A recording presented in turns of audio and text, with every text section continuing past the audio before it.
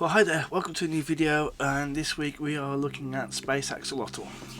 It's written and drawn by Peter Houghton, and if you remember last week we did a quick interview with Pete, talking about where the ideas came from and sort of the history behind it.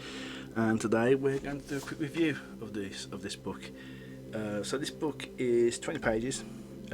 Outside cover is black and white. Outside cover is colour, inside is all black and white. So let's have a look, shall we?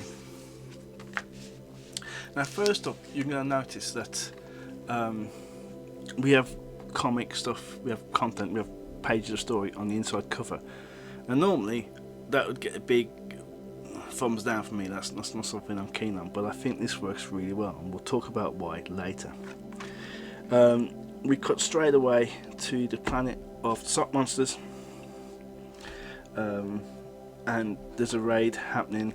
They're being attacked by these creatures called the jellies, and I just want to take a second to look at the designs, because this character design is beautiful, it's lovely, it's wonderful. They've got so much appeal and character, considering there's only some eyes and a few tentacles and sort of a jelly shape.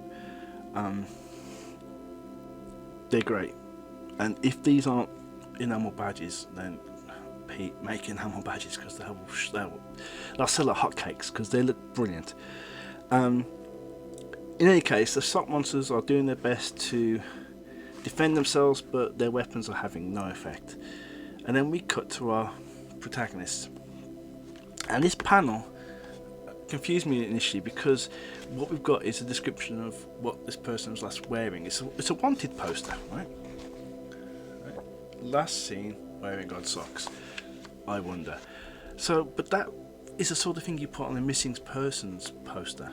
You know, so and so was last seen Friday afternoon wearing a parka or something. This one, last seen wearing odd socks. Normally, on a sort of a wanted person poster, you know, they tell you what the crimes are and how much the bounty is and who's going to pay you. You know, is it going to be the judge in Texas, or is it going to be a sheriff in Wyoming, or whatever, you know. They don't usually say this person is wanted for sheep rustling, last seen wearing blah blah blah blah. But this is really what Pete's doing here, is he's adding a plot point that's going to be resolved in a future issue. So look, I think we should look over that and say, yeah, we're sowing some seeds for the future, so that's great. They get to the planet of the sock monsters, and they notice they're being attacked, so they're going to help. And here is a great gag. So this is a reference to War of the Worlds. So in War of the Worlds, one of the in addition to the tripods that they have, you can't see me doing the tripod actions, there's another sort of walking machine, which, if memory serves, is like a spider, and it has pincers that it picks up people and puts them in a basket on its back. In this case, the basket's a washing basket. This is a great visual gag. It's great, it's wonderful. Guns don't work, and then we have this panel. Just take a second, just look at this panel. This is black and white, and Peter's using a pencil here, just putting different values on these jellies, and they look like they're emerging from the flames. This is a dope panel. This is like chef's kiss. This is like really good, and we're making references to all the worlds, both in the book and the album, which is good, because I'm kind of a fan of the album. I've seen it live a couple of times, and anyway, back on target. And we have a similar sort of silhouette here, and it works, although I kind of wonder if we could make this panel slightly smaller and have the flames here, and then maybe you could get another extra row of panels in here to do extra storytelling. Anyway, that's a different thing. I think this is great. We have a fight sequence. They get away, and the jellies get away with a load of socks. They've kidnapped a load of socks, and so they end up tracking down, following a signal, and finding the jellies' mothership or big ship, their main ship, and this is it. And it's okay. I mean, it's fine. It reminds me of the droid ships out of Star Wars Episode 1. But kind of thinking, if this is a ship for jellies, shouldn't this be in the shape of like a jelly mold or something? I think that could be a good visual gag there. Anyway,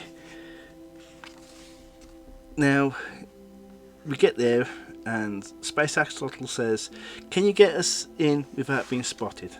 And the robot says, "Yeah, as long as we can find out what sector they're being held in." Now this is important because we're using the word sector here. We use it in this panel, and right now sector basically means part of a ship, from which deck or which level of the ship it's on. Right? They do a scan and they find multiple life forms. And then Space Axolotl says this: "Of course, this is where they're holding them before they're sent to work in the cheese mines. From all over this sector, the jellies commit lightning raids, kidnapping innocent socks." So now we're using the word sector to describe a portion of space. And this is going to pay off in a few panels in a couple of pages time, but it's going to cause some confusion, I think, which we need to talk about.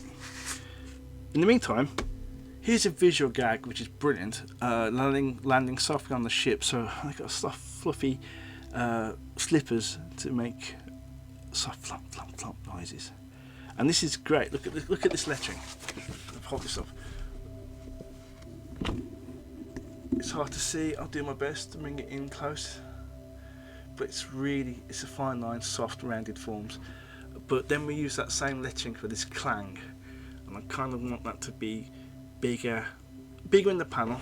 So bigger in the panel, maybe filled, but more sharp edges, things like this. It's a good gag because the robot's making all this noise, and Space Axolotl's in there already, you know. Okay, then they're trying to find the jellies, and we see these crates, and the crates have got this tiny little thing on them there, and this apparently is going to be important in future issues. So we zoom in on the crate, but this, whatever this is, the seal on the crate, is still small and blurry. So if Pete's going to do a second edition of this book, a second printing, can we make that seal bigger and more noticeable on this panel especially? So the rescue happens, the rescue attempt starts, and they are kidnapped by, they're accosted by the jellies. And just look at these jellies, look at this guy, it's a pirate jelly. One of his tentacles ends in a hook. How are these not enamel badges? They just look amazing on someone's lapel, right? Anyway, here's where we start to hit the problem with the sectors, because now we find out that the Space Axolotl has in his hand a thermal splatinator. One false move and this entire sector is rubble. So we have two definitions of sector. We've got a portion of the ship or a portion of space. So it's either going to blow up a portion of the ship. It's either going to blow up a portion of the ship or the entire area of space. So the jellies start talking, and by the time they finish talking amongst themselves, Space Axolotl's actually just got away, and they're going home now. So they're flying back home, and then they're home. And I kind of want like a caption to say, you know, Planet of the Sock Monsters 8.5 hours later. But there we go. They've got the reward, and they're setting up for the next thrilling adventure. And this is why I think having comics in the inside covers works well for this book in particular, because this is basically a prologue. No one would have believed in the last years of the 19th century that human affairs were being observed across the timeless gulf of space, blah blah blah blah. It's all that bit from War of the Worlds, and this bit is them just driving to the next location. They're flying to the next location, and sort of, it's a pretty good little epilogue for this story we've just had. And it asks questions and says, "Oh, look, we've established some plot points. We're going to talk about them here, but we're not going to answer them," which is cool. That's groovy. So yeah, here we go. This is Space Axolotl. This cost me £4. They have an Etsy store. I'm going to bring this up. It says knocking the mic, and you can't see that QR code, so I will try and get a link for that and put that into the show notes. If not, I should put it into the video. Actually, it'll be here. It says it'll be here, just across here.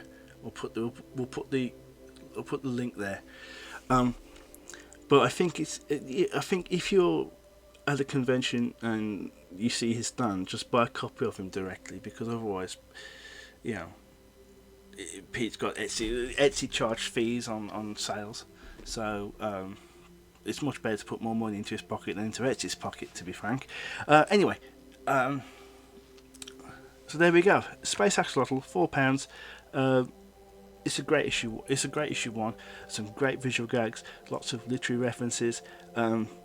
It's a short, sweet story. It comes in, does the story, gets out, leaves you sort of tantalised for future events that's going to happen. So yeah, in sort of closing, yeah, this was a good book to read.